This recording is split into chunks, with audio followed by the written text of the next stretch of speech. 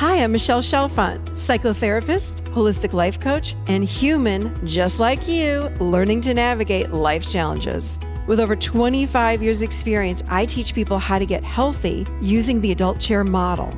The adult chair model is where simple psychology meets grounded spirituality, and it teaches us how to become healthy adults. From anxiety and depression to codependency and relationship issues, you can use the adult chair for just about anything.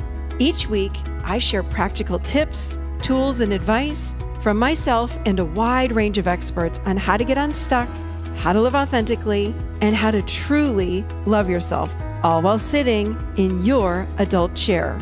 Welcome to the Adult Chair Podcast.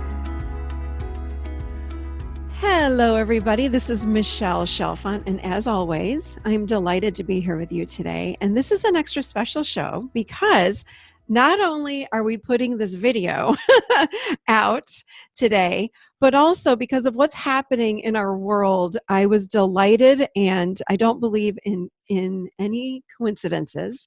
I was delighted to actually be able to have a very special guest on the show today. We're talking all about resiliency with the very special Linda Graham, someone that I have followed for many years. And I think you're going to absolutely love this show. We're talking about resiliency, nervous system, how we can bring ourselves down, how we can find peace again and balance. So I'm going to jump right in and share with you a little bit about our guest today, Linda Graham. She is a passionate learner and has been growing all of her life, guiding people on reliable paths of personal growth and self-transformation. She's a licensed marriage and family therapist, specializing in helping people reverse the impact of stress and trauma, manage anxiety, depression, loneliness, and shame. You have two books. Her first book, Bouncing Back, Rewiring Your Brain for Maximum Resilience and Well-Being, integrates the paradigms and practices of modern neuroscience, Western relational psychology, and Eastern contemplative practices. Her second book, Resilience, leads readers through an evidence-based trajectory of tools of somatic, emotional, relational, and reflective intelligences to face and cope with any adversity, recover personal strengths and resilience, and move into a compassionate and courageous new life. Wow. How perfect are you today, Linda? So Linda Graham, welcome to the Adult Chair Podcast. We are absolutely thrilled to have you with us today. Welcome. And I'm delighted to be with you, Michelle. As we've talked, we have a lot of interests and passions and resonance in common. So I'm delighted to be here. For sure. And you being an expert in resiliency, I mean, this is all the comments I'm getting. You were mentioning prior to us starting to record that you're getting comments as well. And this is another reason why we even decided to do video versus just audio. So tell me, why don't you share with us what I would love to know is first, how did you even get into all of this work? Tell us about how you came upon developing a model in resiliency. I think I wrote the book Bouncing Back because I wanted to give a book I could hand to my clients. Because most people come into psychotherapy to learn how to handle the challenges and crises of their lives, to develop their own strengths, to develop their own sense of agency, to develop an authentic sense of self. So I wanted to be able to hand my clients literally something that I thought would be a useful tool for them. In the process of writing the book, as I zeroed in on resilience is the umbrella title, I told my brother that I was writing a book about resilience, and he said, resilience, what's that? Oh, I know. It's bouncing back from the terrible. And that's what resilience is. It's bouncing back from the terrible. And I teach that resilience allows us to bounce back from anything at all. We go through disappointments and difficulties in our lives. We're called upon to face disasters. And that resilience practice gives us tools, it gives us a mindset where we actually can meet and cope with anything at all. So that's how I got started. Beautiful. Beautiful. So is the need for, I have all my questions for you, Linda. I told you, my 5 pages. Okay. Here we go. Is the need for resilience or the practice of resilience any different now because of the spread of the coronavirus? So if we start with resilience or capacities innate in us, in every human being, Mm-hmm. to be able to recover our baseline of functioning, and we can talk about tools to do that. But resilience really means bouncing back to a baseline, recovering what we had before. These days, more and more people talk about resilience is even more than bouncing back, it's bouncing forward and being able to learn from mistakes and challenges and disasters, and actually to be able to be more resilient going forward, having a new life going forward. Mm-hmm. Because resilience is needed throughout human history, it's the nature of human existence. We're called upon to deal with natural disasters and war and famine and losing the people we love for any reason. We're called upon to cultivate these capacities of resilience. So there's a way in which the coronavirus pandemic can feel like it's hitting us more personally. People are in a lot of fear, they're facing a lot of unknown. But the truth is, the practices of resilience, just like the practices of mindfulness, the practices of compassion, are foundational practices that allow us to meet anything at all.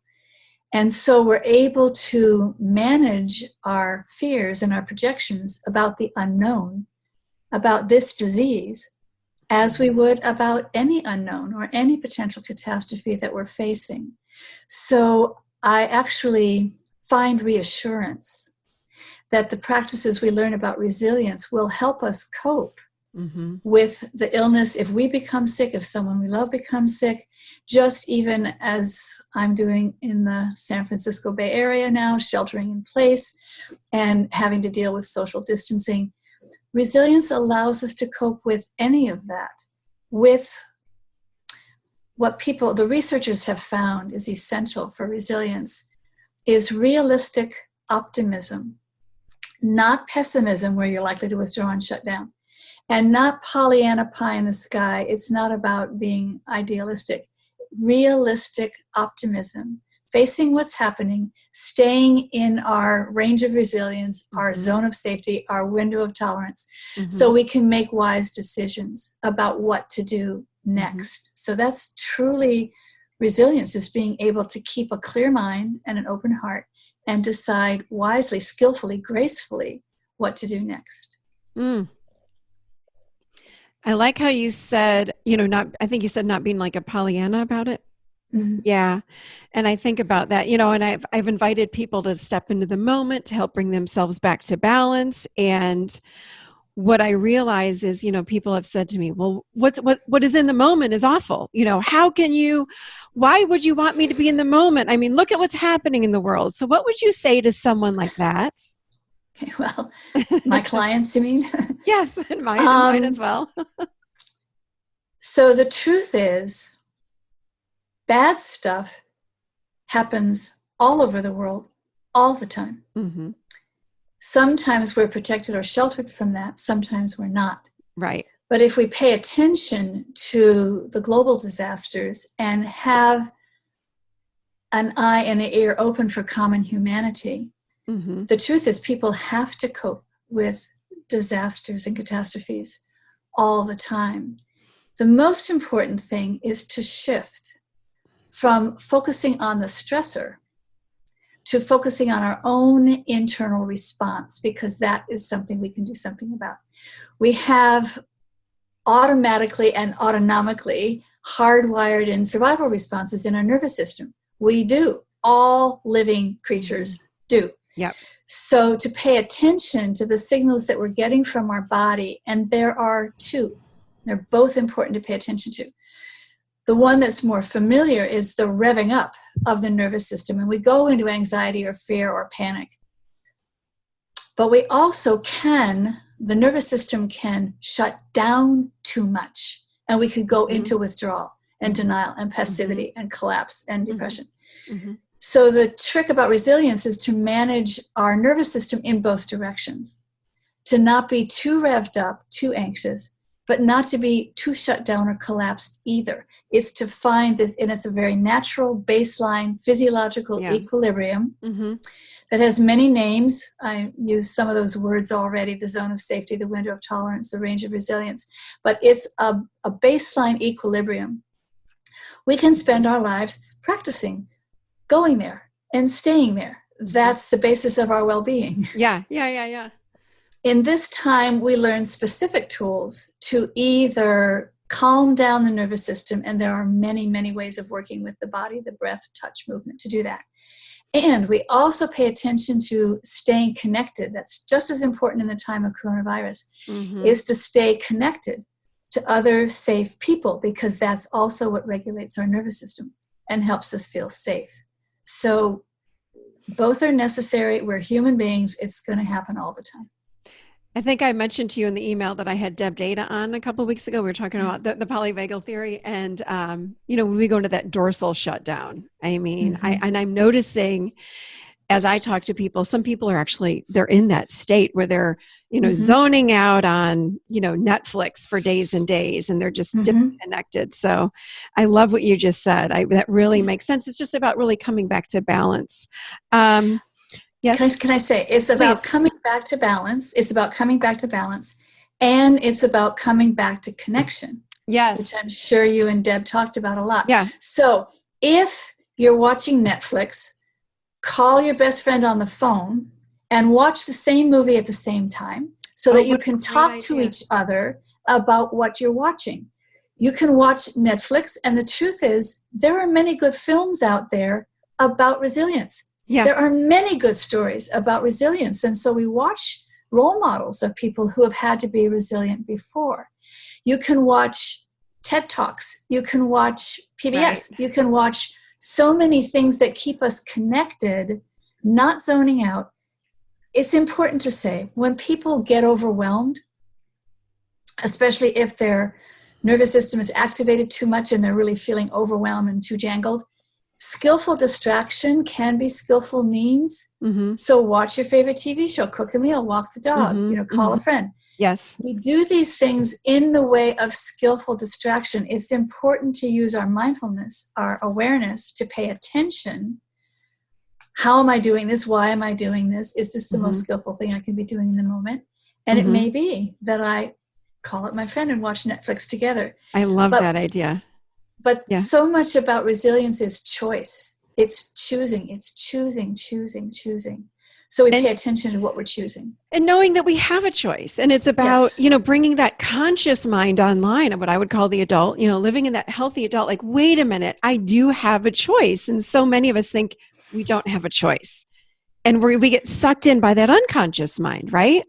Right. So my friend Janet Friedman says, catch the moment, make a choice. Yes. And Julia Butterfly Hill says, every moment has a choice, and every choice has an impact. So that's the trajectory of resilience. Catch the moment, make a choice. Every moment has a choice. Every choice has an impact. So to empower ourselves, I mean, it's work to be resilient, but to empower ourselves, to find our agency, to make those choices, because then we will be more resilient. Do you think that people are people born more resilient than other people? Or is it just a gift from God if we are more resilient than others? Or so here's where I go with this. That resilience is a capacity innate in the brain. It's a capacity of response flexibility. It's part of our prefrontal cortex. It's part of our executive functioning. Okay. How that capacity develops, as all capacities of the brain develop, depends on our earliest interactions with our earliest caregivers, because that stimulates the maturation of the brain. Okay. Period. That makes sense. And so how you learn to regulate your nervous system by your nervous system being regulated by other people. How you learn to manage your emotions by your emotions being managed by other people. How you learn to respond by other people role modeling that for you. So our capacities develop because we're learning from experience, from the people around us and from our own day-to-day activities. Mm-hmm. The thing that does impact the development of resilience the most is trauma. Mm-hmm. And so when people have experienced too much trauma for too long at too young of an age, that does impact the development of the brain. It impacts the development of those capacities. Mm-hmm. So if people have had a lot of trauma, they have a harder time being resilient because it's harder for the brain to sort of show up and do its job. But nonetheless, that can be healed. As trauma therapists, we know that can be healed. And so it's mostly how able and open we are to learn from our experience. That's really what develops our resilience, is learning from experience. I think I heard from you, not today, but something I read or listened to a while ago, that and I want to say this because I don't want people that have had maybe early childhood wounding or trauma to think, oh my gosh, I'll never be able to be really, really resilient, right? But I did hear from you that, we can talk a little bit about neuroplasticity or the neural pathways. We can change that. And what you talk about is that the brain can handle little bits of information, but repetitively. I loved that over and over. Right. Can you talk a little bit about that? So I want to give everyone hope. So regardless of your childhood, you can become a resilient being. Yeah. Oh, absolutely. Absolutely. And people in the field of therapy know that. That's what we do. Yeah, exactly. Help people recover from stress and trauma and move into a courageous, compassionate life. Mm-hmm. So yes, neuroplasticity, the greatest discovery of modern neuroscience in the last 150 years, no question. So 25, 30 years ago, as neuroscientists began having the technology that allowed them to see inside the brain what happens in real time as people are functioning, they can actually see that the brain can grow new neurons, it can grow new circuitry, it can make new connections with that circuitry, that we can learn new patterns and new functions lifelong. Mm-hmm. That's just the truth. So we want to be able to take that and run with that. How do we learn to work with our brains in ways that we can actually change them and actually make a difference? And so we know that the brain learns best little and often. Small experiences repeated many times. Mm-hmm. So that's why if you focus your attention for 10 minutes a day, every day, you're going to learn to focus your attention better than if you save it up and meditate for 1 hour on the weekend.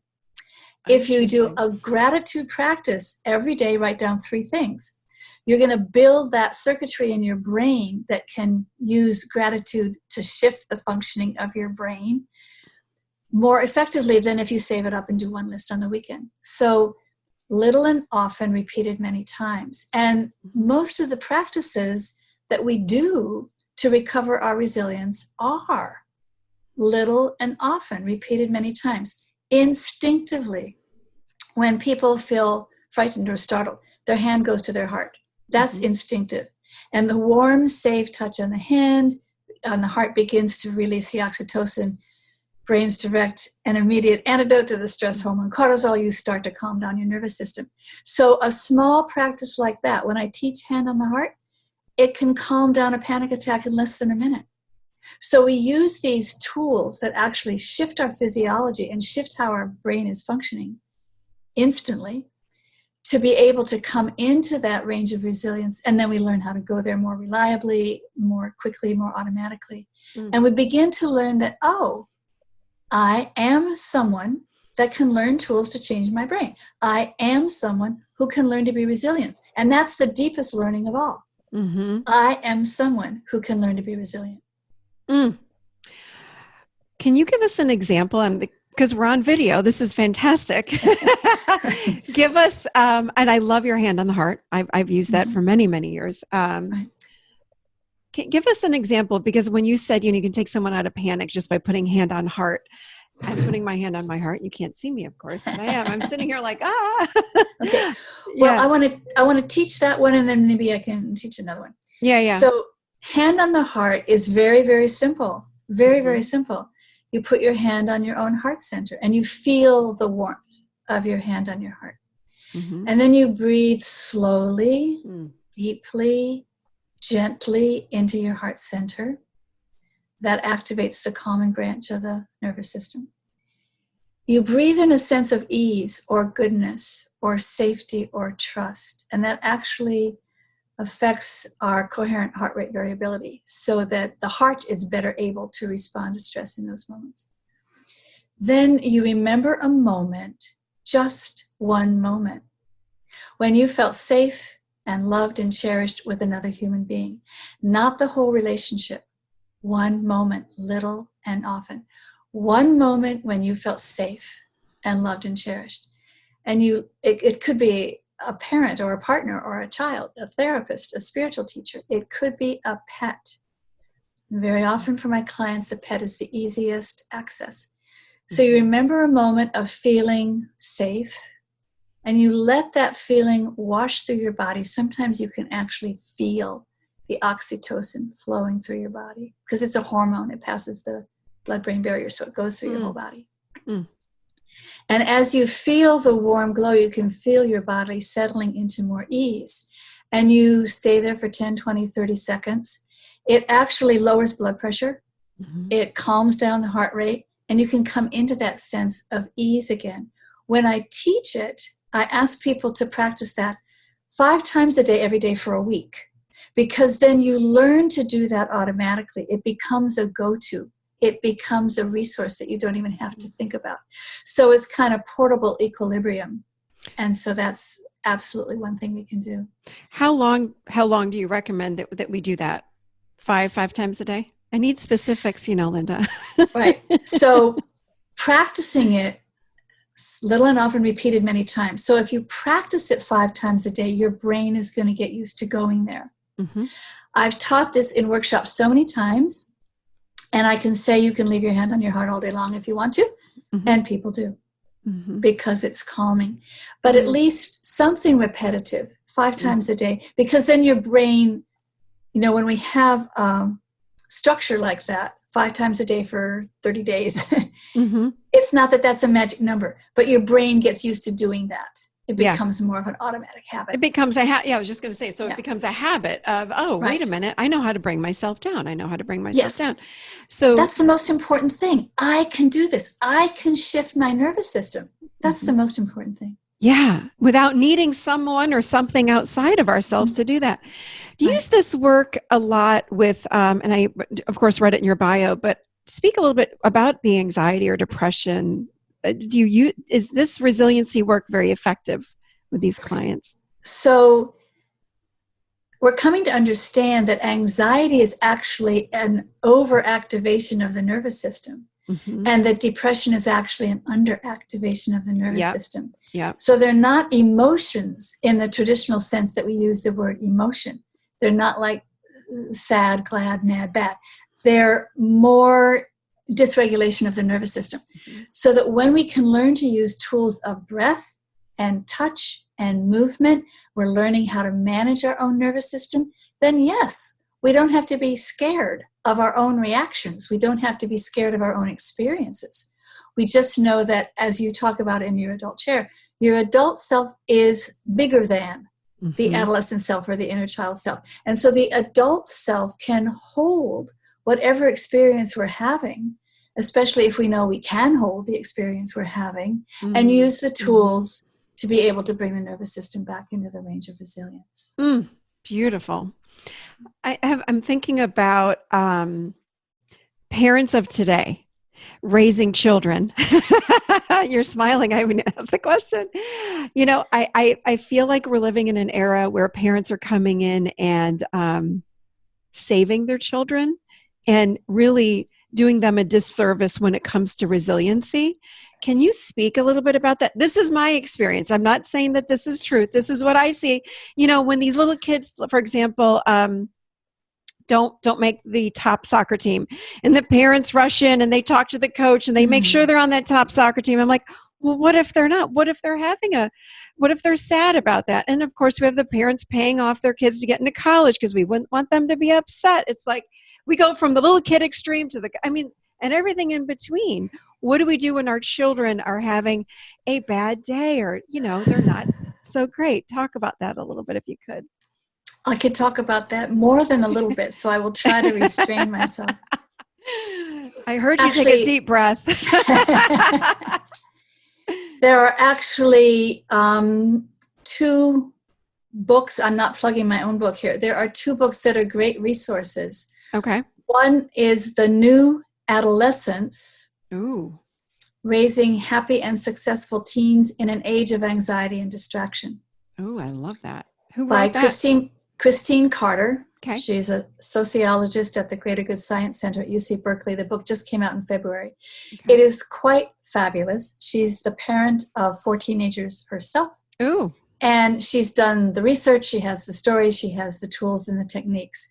So she really, really teaches parents how not to be a helicopter parent, but to be very, very involved, very engaged, very connected with their teenagers. The other book that puts this in perspective is The Coddling of the American Mind, and I can't quite remember the subtitle, but it's looking at college students who have been protected and sheltered and go to college expecting that same kind of coddling in colleges and universities where they're expected to deal with controversial ideas and controversial topics and learn how to launch themselves into their adult life. And that many students are not able to do that very well because they haven't had the background and they don't have the culture to do that. I'll mention one more thing, and it is from that book, The Coddling of the American Mind. It's a quote from John Roberts, who's the Chief Justice of the U.S. Supreme Court, but it's not a political opinion. It's not a legal opinion. It's something he said when he gave the commencement address to his son's middle school graduation.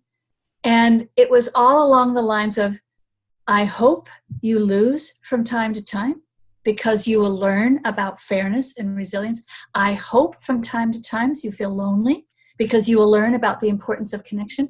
I hope from time to time, et cetera, et cetera, et cetera. Yeah. All these examples. And then he says, and whether I wish this for you or not, these things will happen. And how you learn to manage them is how you learn to grow. I mean, it's a wonderful, wonderful, wise thing to say. Oh. And it's true. They have found that so the researchers who are researching post-traumatic growth and finding out who can come into post-traumatic growth, they're finding that people who have had no trauma don't do a whole lot better than people who have had too much trauma because there's been no learning. They've found that on the average, the people who come into post-traumatic growth, the number of traumas they've had in their lifetime is 8. 8. We learn from our best friend moves away, or our parent dies of cancer, or we crash the car. I mean, we learn from the bad things that happen. And so without those experiences or, reading about them, learning from other people, we're not going to develop that kind of resilience. So I even forget where we started with that question, but here's where we went. No, I'm 100%, of course, in agreement with you that saving or fixing or helping even our kids out of a situation where they feel bad is not what's best for them. Be with them in it. Guide them. Go into that emotion with them. I always say to the people that listen to me, like, go there with them, match them. They will rise up, but be there with them in it. Don't fix anything because we hurt them long term, as you just said. So people have been parents long before we invented psychotherapy. But it's very, very similar when a therapist can be with a client who's in distress and who has lost their capacities to cope with that distress. We're there with them. We feel, we empathize, we encourage, and we help them figure out how their brain can get through this on their own. And that's what parents can do, especially as children get older, to be there, connected. Nothing you could ever do or say will cause me to not be there. And here's how you can learn to do it yourself. We have we're modeling. We got to model for our children, not fix. So thank you for that. Right. Thank you. Question for you about grief. What about someone that's another deep breath from you? These are big things to go through. Yeah. But I talk to a lot of people, they're stuck in grief. And how can someone find resiliency when they feel like, and many of us have experienced some of the worst grief of our lives? How do we find resiliency from that? Well, I would not start with this concept when I'm working with someone who's in grief. I would be with them in the grief. But the conceptual framework is that all emotions are signals. Something important is happening here. Pay attention. Mm-hmm. Every emotion is a signal to take action. Every single emotion. Mm-hmm. Sadness is built in. We're hardwired to feel that as human beings. Grief is a natural process of grieving loss and loosening and letting go. It's a natural process.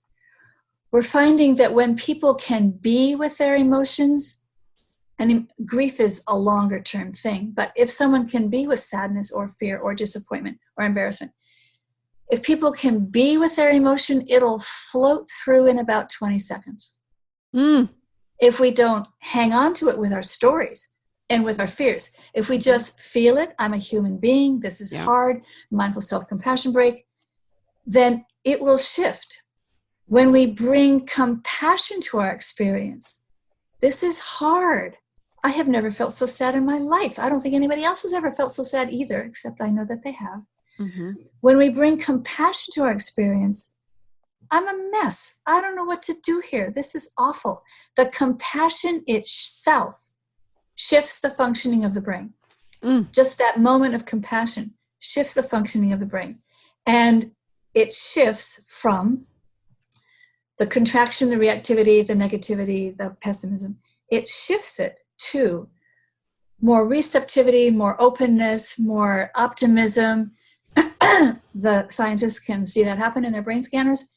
And when we shift that functioning, the direct, measurable cause and effect outcome is resilience. Wow. When we practice compassion, gratitude, kindness, joy, awe, delight, any of those positive emotions, the direct outcome is resilience. So we're with the grief, for sure, feeling it and bringing compassion to it. And then very, very often, and not to do a sleight of hand here, but gratitude is often the easiest thing for people to feel.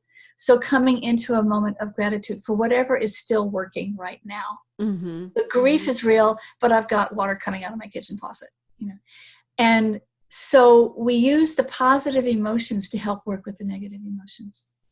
And I'd love to have you speak a little bit on this too. I think with grief, or anything, honestly, we have a tendency to fall into story or give it so much meaning, like, my father died, and we go into this story and it's like this, it's just over, and my father died and he'll never meet his grandchildren and my life will never be the same. And we get so stuck in this, we can't break that cycle to even find the resiliency if we're stuck in this. And oh my gosh, and people I've talked to that are 10, 20 years, after someone has died, and they're so stuck in the story, they can't break free. And I don't want to call them victims. I don't want to judge them in that way, but how do they break out of that state to resiliency and actually find peace? Okay. So I've got two ways to answer that, actually. Okay. One is that when people are stuck, or when something is still coming up from 20 years ago, we're human beings, that happens. Yeah. People are stuck in trauma. Yes. Not just grief. So people need help healing the trauma as well as the emotional grief process.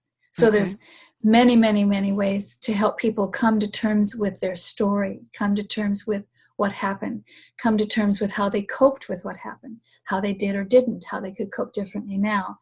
They can share their stories with other people who have had similar traumas, which is why groups are pretty universal, sharing the story with other people who have been through it. Common humanity is such an important part of the mindful self-compassion protocol. There's mindfulness, there's compassion, and there's common humanity. And here is where, if someone can be open and receptive, I use the teaching story from the Buddhist tradition of a woman in a small village whose 8-year-old son died. And she was completely bereft, and she went running around looking for help.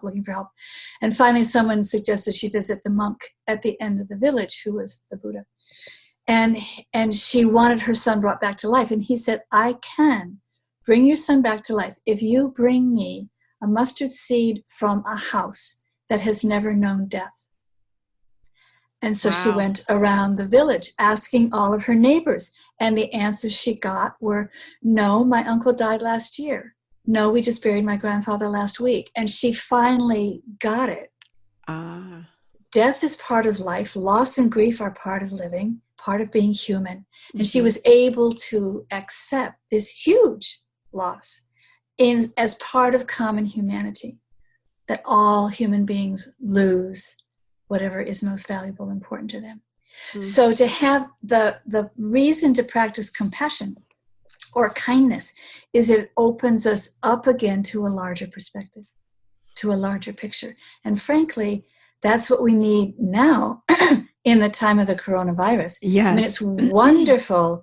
You hear stories of people helping their neighbors and singing arias from their balcony. It's realizing that we're all in this together, which we are in this pandemic more than ever. We are all in this together. And to be able to tap into the strength and the resourcing of common humanity.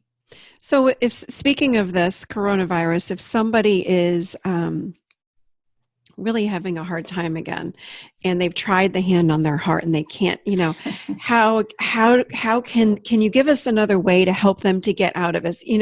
I talk to some people and they say, oh my God, I've lost everything. The stock market just collapsed and that's my life savings. And it's one thing or another. Or my own brother-in-law, he went in the hospital thinking he had this.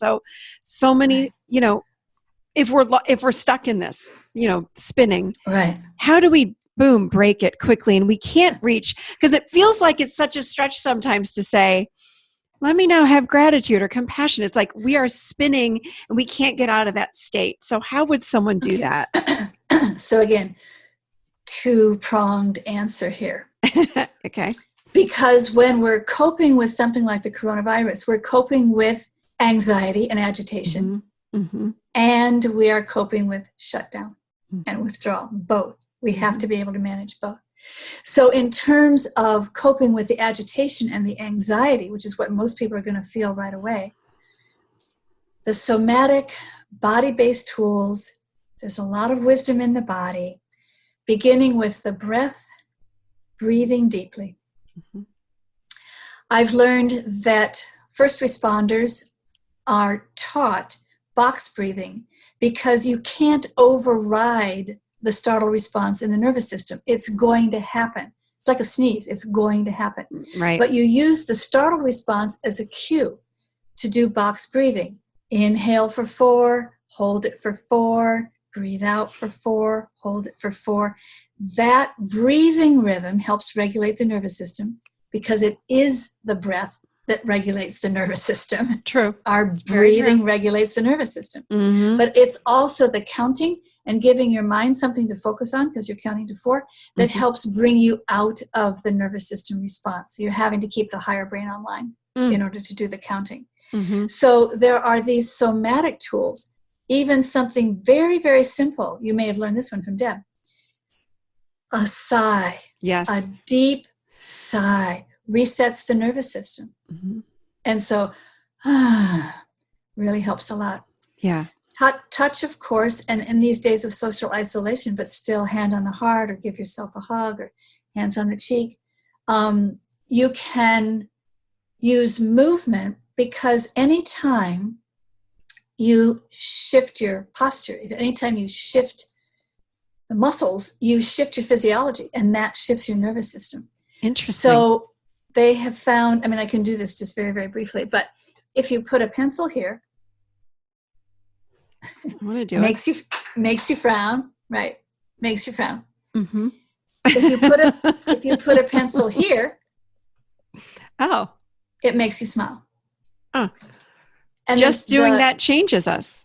Wow. That's right. And the neuroscientists have seen in their scanners that smiling for 20 seconds shifts the functioning of the brain. Wow. 20 seconds of smiling. So you use movement, you use tensing and relaxing, tensing and relaxing. That helps shift the nervous system. One of the bigger tools, but anyone can do it at home, is power posing, which was made very famous by Amy Cuddy in her TED Talk. And it's simply letting your body inhabit the posture of anxiety or worry. And that's usually bending over and shrinking down. Mm-hmm. And then so that you can feel it, you're really going to rewire your body. And then Mm-hmm. you let your body move to a more empowered posture, which is the spine is tall and straight. Your arms are overhead. It's the mountain pose of yoga. Yeah, yeah. And so you can feel the shift in your energy. You practice doing that, shifting from the anxiety to the more empowered agentic posture. And then you use that anytime you need to. I mean, these days, even if you're going to the grocery store, you do your power pose and then walk into the grocery store if you have to get your groceries, but you feel stronger and more resilient inside. So the somatic tools are what bring the nervous system back into calm or strength. In terms of re-engaging, when people have gone into withdrawal, I don't mean the voluntary self-sequestering, but when they've gone into withdrawal, I happened to read, it's just one of those coincidences, and you used the word coincidence earlier, and it reminded me, Carl Jung said, coincidence is God's way of remaining anonymous. Yes. I love that. So coincidentally, I happened to get a book out of the library about disasters and why some people survive disasters and other people don't. It was an excellent book. And the stages are denial, deliberation, and action. And the truth is, you have to come out of denial. Mm-hmm. You have to come out of putting your head in the sand to thinking, to deliberating, to planning. And then you take action. Because as soon as you're planning something, your higher brain is online. So I think it's extremely important that people have a plan. Now, this could be as simple as we're talking about coping with the coronavirus here, but having a structure for your day. I get up and I eat my breakfast. Mm-hmm. And I get up and I walk around the block to get some fresh air. And I plan my day. So I still feel agentic. I still feel somewhat choiceful and empowered because we have to have that. The other thing the other way to cope, though, is people, besides going into fear or denial, that's our nervous system. Mm-hmm. We have trouble dealing with the unknown. Our psyche, our brains have trouble dealing with the unknown. So again, being able to make a plan and execute a plan and give some shape to the unknown that we're dealing with helps people feel more empowered. Even if it doesn't solve the problem, it helps people feel more empowered. Which we can use right now for sure. Right. We need to feel that Absolutely. Empowerment. I like that, having a plan every day. Like, what am I going to do today? Right. And looking at even home-based things like, I'm going to clean out my closet today after I go for the walk around the block. I'm going to clean out my garage. I've been putting that off for 3 years, that kind of thing. And that. And intuitively, I mean, you hit on something very intuitively wise. When we clean out the closet or clean out the garage, we're putting things in order. And that helps put ourselves in order. Ooh. My friend Margaret from New Zealand calls it tidying the teaspoons. But you're really putting yourself in order when you do that kind of organizational project. So it's an excellent thing to do, actually. Something else that you talk about is, which I talk about and I do all the time, by the way, and I want you to just share with everyone the benefits of this, especially when it comes to bringing down the nervous system and bringing ourselves back to balance and finding peace. You talk about, I think you call it belly botany, but also nature bathing, which I do. I can't get enough nature bathing. Talk to us about what that is and why it is beneficial and helps us with resiliency. Okay. So first of all, just to say 2 words about belly botany so people know what that is. I really saw this happening years ago when I was hiking in Yosemite National Park, and there was a ranger way up in altitude who had a small group of people down on the ground. They each had a square foot space of dirt that they were looking at. And he called it belly botany. They were looking at the rocks and the lichens and the leaves and the movement of the insects, and they were looking at light and shadow and life and death and stillness and movement.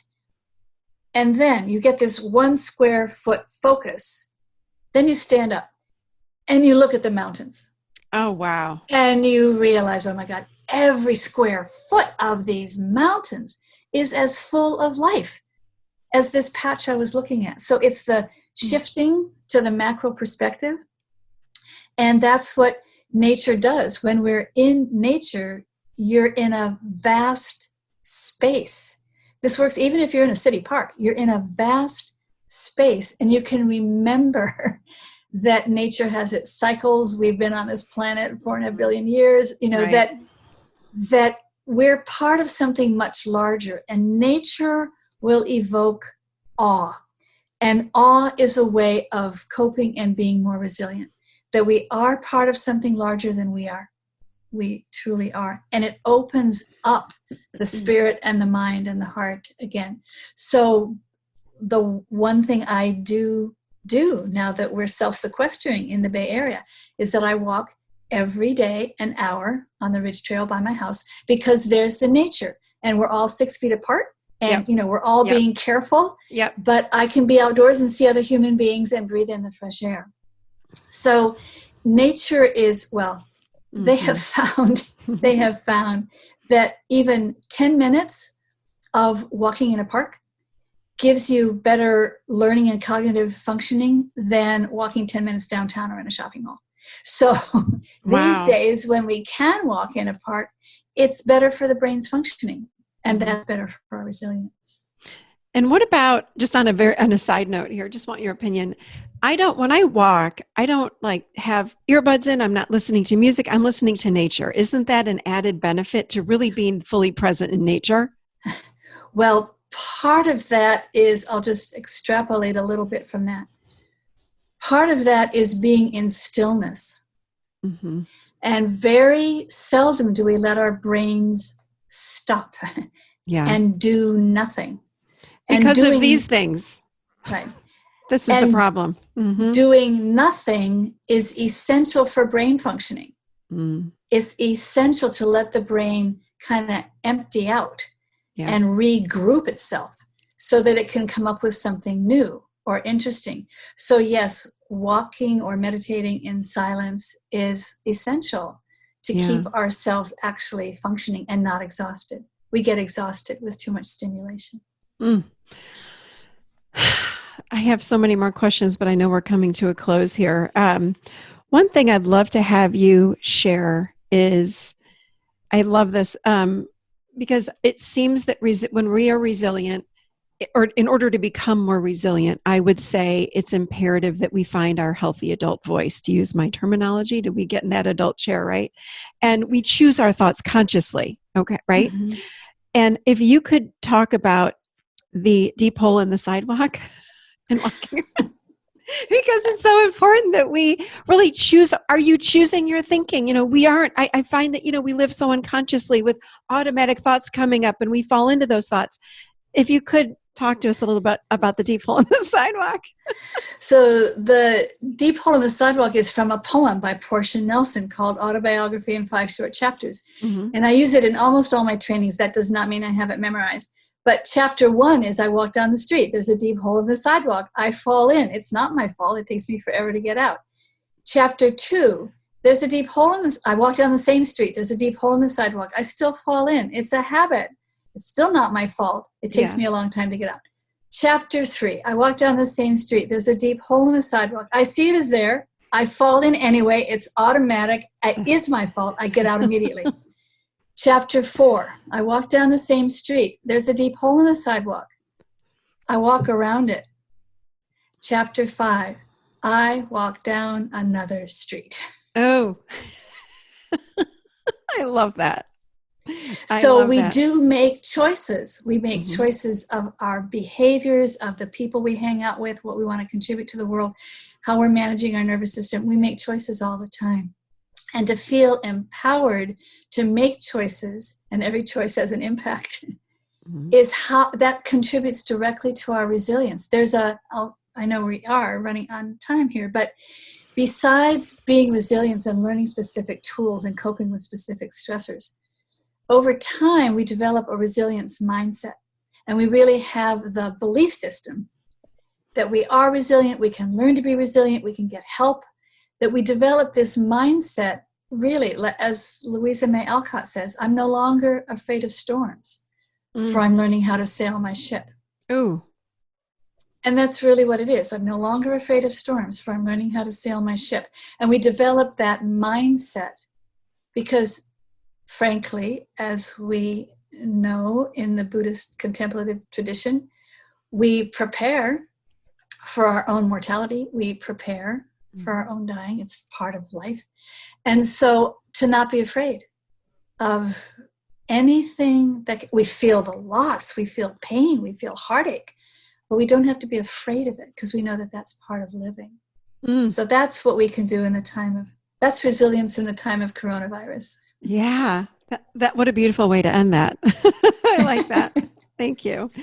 So, Miss Linda Graham, tell us, where can people find you? And I just want to say, I'm going to put everything you said, as much as I possibly can, put down in the show notes, the book references, the TED Talk that you made a reference to. I'll have all that there, as well as what you're about to share with us right now. So let us know, how can people find you? And well, I actually do have a lot of resources on my website, which is Linda Graham-MFT for Marriage and Family Therapist, lindagraham-mft.net.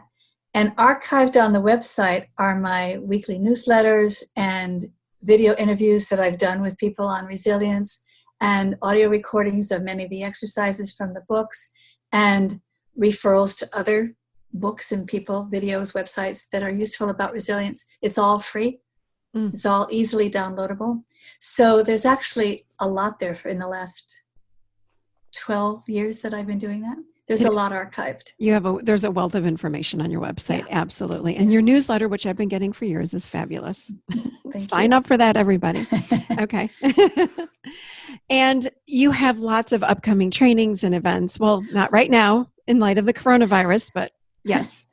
So those trainings, many of them are being shifted to online. Okay. So hopefully I'll still be able to do my day long at Spirit Rock on April 3rd. Resilience, transforming any adversity into learning and growth. We plan to have that online. Perfect. Or they'll be rescheduled for the fall. But I'm also doing more of these kind of video podcasts because that's what we can do it quickly. We can do it in a timely way. So make these resources available to people immediately. And that's happening more and more too. Awesome. I'll put all this online. In the show notes, letting people know they can find you online. Thank you, Linda. Thank you, Michelle. So fantastic. And what we've done here, having a conversation about resilience in the time of coronavirus, having a conversation, sharing stories, sharing wisdom, sharing encouragement. That's what we need to do. People are refuges. People are resources. That's what we need to do, is stay in touch. Stay in touch with people. I really appreciated your comment about the people that maybe are living alone. You know, there are people that are just living by themselves in a one-bedroom apartment or a home or wherever. And when we talked about maybe being stuck indoors and watching Netflix all day, just calling someone and talking on the phone would be helpful, and connecting somehow. We've got to connect. So I even heard today, I was talking with a friend this morning on the phone, and I heard about people who are Zooming and then eating their dinners together. In their separate homes, but connected by Zoom, so that they can share conversation. Staying connected. Yeah, because even like seeing you, I'm like, oh my gosh, your energy is so lovely. Of course, it's so nice to be able to share this time with you. Thank you. We regulate each other, and people can do that all around the globe. Yeah, thank you. All right. Well, everybody. Again, thank you, Linda Graham. This was absolutely fantastic. This was a gift. Truly, this was such a gift to have you on today. I wanted to have you on for a long time, and I just hadn't reached out yet. You were on our list, but this all worked out. Divine time. It was divine time for sure. So thank you again. I appreciate it. And everyone, I will see you next week. But for those of you that are new, you can always check out theadultchair.com, and there are all kinds of, again, I also have a lot of free resources right now that lots of free resources to help people also find emotional balance. So theadultchair.com. Thank you everyone for joining us today. It is a gift to be with you, Linda, and all of you as well. And I will see you seated right here next week in the Adult Chair.